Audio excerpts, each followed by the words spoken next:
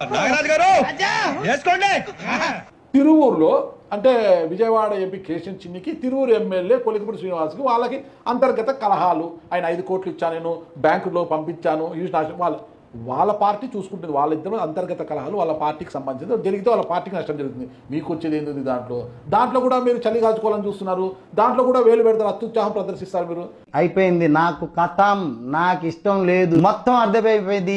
ఉద్యోగస్తులకు జరిగిన చర్చలో న్యాయం జరగలేదు. ఒక 4 డిఏలు అడితే ఒక డిఏ ఇచ్చినారు, మమా అనిపించారు. వాళ్ళేం రోడ్డు ఎక్కలేదే. మాకు అన్యాయం జరిగింది జగన్మోహన్ రెడ్డి గారు, మాకు అన్యాయం జరిగింది సజ్జల గారు అండేదే. ఉద్యోగస్తుల సమస్యలు కూడా భుజానికి ఎత్తుకుంటాం మేము అంటారు. అదే ఉద్యోగస్తులు మిమ్మల్ని గద్దె దింపారు. ఏమే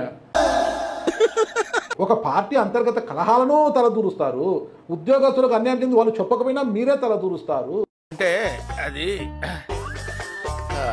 పార్టీ అధికారంలో ఉన్నప్పుడు కారు డ్రైవర్లను వాళ్ళ దగ్గర చంపి డోర్ డెలివరీ చేసిన వారిపై ఎలాంటి చర్యలు తీసుకోకుండా చిన్నపాటి 10,000, 15,000, 20,000 జీతాలు ఉంటాయి వాళ్ళకు. పేదవారు వచ్చి పనిచేసుకుంటే వారిపైన కక్ష సాధింపులు ఏంటి? వాళ్ళని తీసేయడం ఏంటి?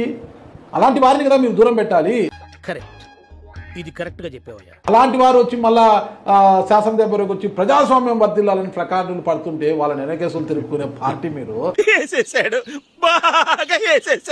అసెంబ్లీలో వచ్చి మాట్లాడారు సార్, ఏం జిందాబాద్ అన్నారు వాళ్ళు. అసెంబ్లీలో వచ్చి మాట్లాడారు సార్, ఏం జిందాబాద్ అన్నారు వాళ్ళు. ఆయన మండలిలో ఉంటాడు. ఎమ్మెల్యే మొదటి రోజు డిస్కషన్స్ వచ్చారు, అన్యాయం జరిగిందని జగన్మోహన్ రెడ్డి గారితో పాటు ఎమ్మెల్యేతో బయటకు వచ్చారు. మండలిలో నుంచి ఆయన బయటకు వచ్చారు.